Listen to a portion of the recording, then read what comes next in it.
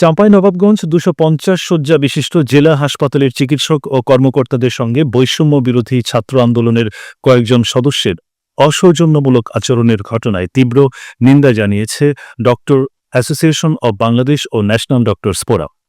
সোমবার দুপুরে হাসপাতালে যৌথ সংবাদ সম্মেলনে এ ঘটনায় ক্ষোভ প্রকাশ করেন চিকিৎসক নেতৃবৃন্দ। তারা বলেন, গত ৩০শে এপ্রিল বুধবার বৈষম্য বিরোধী ছাত্র আন্দোলনের ব্যানারে বেশ কয়েকজন হাসপাতাল তত্ত্বাবধায়কের কক্ষে প্রবেশ করে অশালীন ও আক্রমণাত্মক আচরণ করেন। এ সময় তারা হাসপাতালে কর্মরত কনসালটেন্ট ডাক্তার মোহাম্মদ ইসমাইল হোসেনের সঙ্গে বাকবিতণ্ডায় জড়ান, এমনকি তাকে হুমকিও দেন তারা। সংবাদ সম্মেলন থেকে এ ঘটনার তীব্র নিন্দা ও দোষীদের দৃষ্টান্তমূলক শাস্তি দাবি করেন চিকিৎসকরা। সংবাদ সম্মেলনে ডক্টর অ্যাসোসিয়েশন অব বাংলাদেশের সভাপতি doctor Mohammad Moyezuddin, national doctors forum সভাপতি ডাক্তার এ কে মহিউদ্দিন সহ চিকিৎসক নেতৃবৃন্দ ও চিকিৎসকরা এ সময় উপস্থিত ছিলেন।